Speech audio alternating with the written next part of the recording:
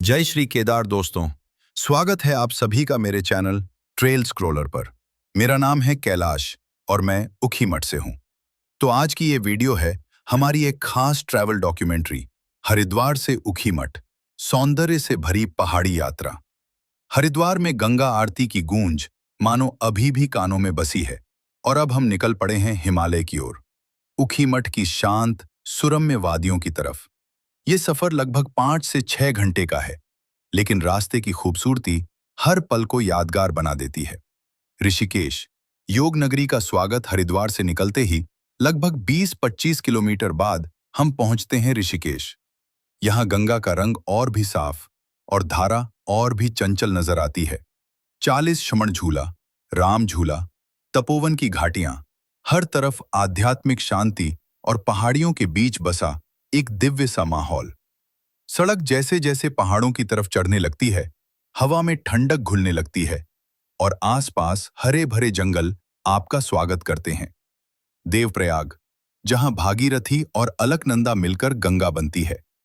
ऋषिकेश से लगभग 70 किलोमीटर बाद हम पहुंचते हैं देवप्रयाग और यहां का दृश्य बस मन मोह लेने वाला। 2 नदियां, भागीरथी की नीली धारा और अलकनंदा की हल्की हरी, जब एक साथ मिलती हैं तो मानो धरती पर कोई दिव्य संगम उतर आता है। यहाँ की ऊंचाई पर खड़ा होकर नीचे संगम को निहारना एक अलौकिक अनुभव है। सड़कें यहाँ से और भी सुंदर हो जाती हैं।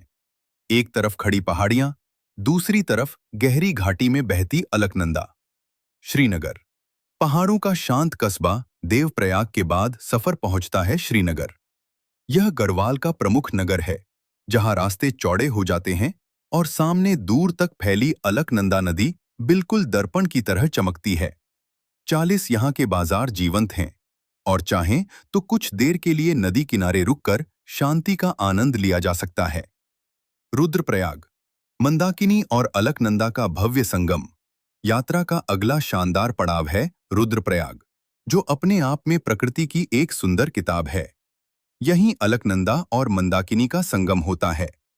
मंदाकिनी की सफेद झाग लिए तेज बहती धारा और अलकनंदा का शांत प्रवाह, दोनों का मिलन ऐसा लगता है मानो प्रकृति कोई संगीत रच रही हो। यहाँ सड़क नदी के बिल्कुल किनारे किनारे चलती है और कार की खिड़की से नीचे दिखाई देती गहराई और बहता पानी यात्री को रोमांच से भर देता है। अगस्त्य मुनि, मंदाकिनी के किनारे बसा शांत गांव रुद्रप्रयाग से आगे लगभग 18 से 20 किलोमीटर चलकर आता है अगस्त्य मुनि।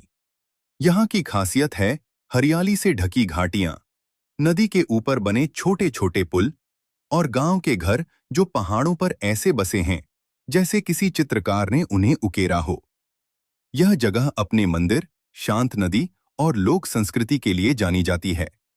मंदाकिनी नदी यहाँ बिल्कुल पास बहती है, कभी धीमे तो कभी शोर मचाती हुई, जैसे आपका पूरा सफर उसका साथी हो। हिमालय का भव्य रूप, अगर मौसम साफ हो तो दूर दूर तक चौखंबा, मंदराचल और केदार डोम जैसे पर्वत शिखर बर्फ से ढके हुए दमकते नजर आते हैं। यह दृश्य इतना शांत और सुंदर होता है कि मन कुछ पल के लिए ठहर जाता है। ऊखीमठ, जहां शिव ने केदारनाथ के रूप में वास किया था। ऊखीमठ सिर्फ एक पहाड़ी कस्बा नहीं, बल्कि आस्था और प्राकृतिक सौंदर्य का संगम है।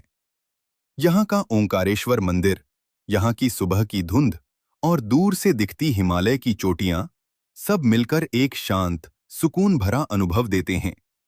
सर्दियों में जब केदारनाथ के कपाट बंद होते हैं, भगवान शिव की पूजा यहीं होती है। यह जगह अपनी शांत वादियों, ठंडी हवा और प्रकृति के बीच सादगी से भरे जीवन के लिए प्रसिद्ध है।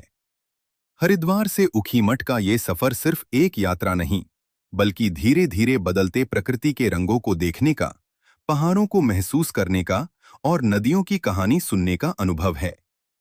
हर मोड़ नया दृश्य देता है और हर कस्बा अपनी अलग सुंदरता लिए आपका स्वागत करता है। तो दोस्तों, ये थी हमारी आज की वीडियो। उम्मीद है आपको यह जानकारी पसंद आई होगी।